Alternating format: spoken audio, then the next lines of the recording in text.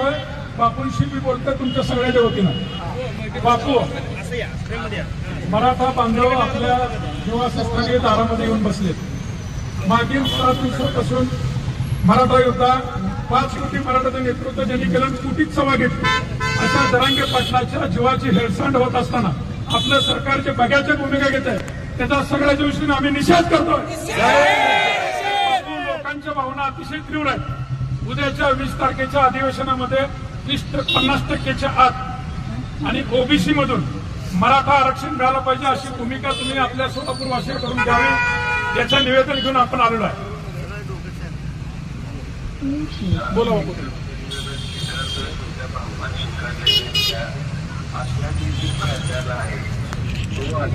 जवळपास कायद्याचाच हे असतो, फक्त त्याला अधिकृत मान्यता सभागृहाची लागते आणि अधिकृत मान्यता सभागृहाची असल्याशिवाय 6 महिन्यापेक्षा जास्त कालावधी असू शकत नाही। 6 महिने जरी कालावधी असला तरी समाजाच्या भावना पाहता स्पेशल अधिवेशन 20 तारखेला घेतलं। या अधिवेशनात कोणतीही चर्चा होणार नाही। मराठा समाजाची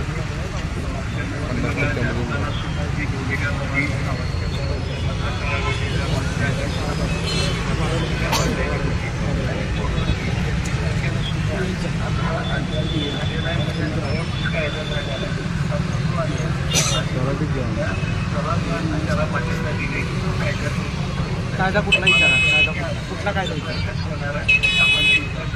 कुठला कायदा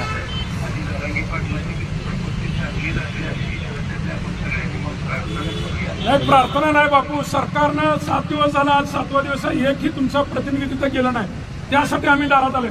आरक्षण तर सरकारच्या मानमुठीवर बसून आम्ही मिळवणार आहे, पण 7 दिवस झाला जर मराठाला मिळालं नेता तर आम्ही गमावून बसलो तर आम्ही सरकारकडून काय घ्यायचा? कुठला कायदा ही केलं विचारा, कायदा काय करणार आहे? कायदा काय करणार आहे बापू? कायदा काय करणार आहे सांगा? कायदा कुठला कायदा? कायदा काय? तुम्ही कायदा 50%च्या आतून करणार आहात का बाहेरून करणार आहे? एक मिनिट कन्फ्युज व्हायला लागलं।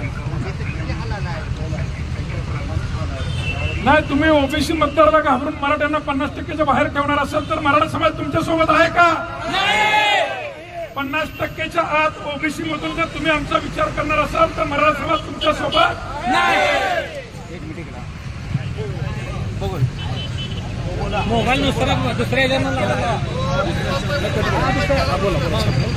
बापू,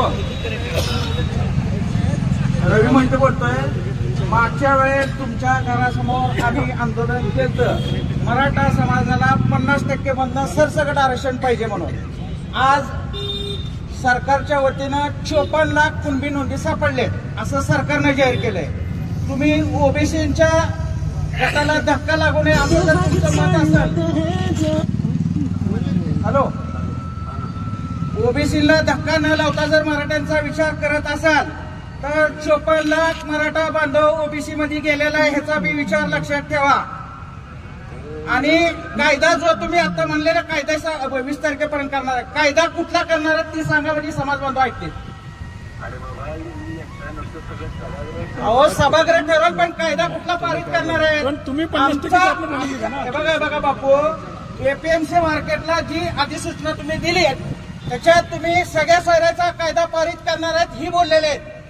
आणि आता जो राज्य मागासवर्ग आयोगाचा अहवाल आला म्हणून तुम्ही सांगत आहेत, तो अहवाल घेऊन 50% मधनच आरक्षण मिळालं पाहिजे ही भूमिका पाहिजे तुमची आणि तुमच्या पक्षाची।